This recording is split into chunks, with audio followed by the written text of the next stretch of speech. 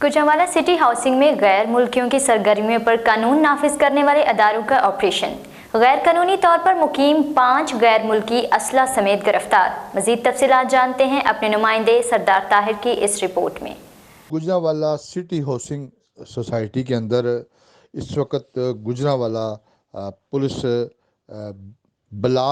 SP बलाल सलहरी की सरबराही में एक बड़ा ऑपरेशन कर रही है जी। और पुलिस की भारी नफरी यहाँ पे आई है जो गैर मुल्की जो गैर कानूनी तौर पर यहाँ पे मुक़ीम हैं उनको उन मुख्तलिफ घरों की निशानदेही की गई है जो यहाँ पे मुक़ीम हैं।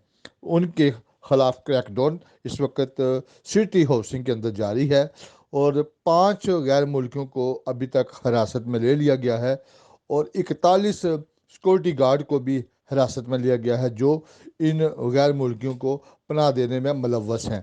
और 7 जो थाने हैं गुजरांवाला के उसकी मकामी पुलिस यहाँ पर ऑपरेशन में शामिल है और अभी ऑपरेशन जारी है।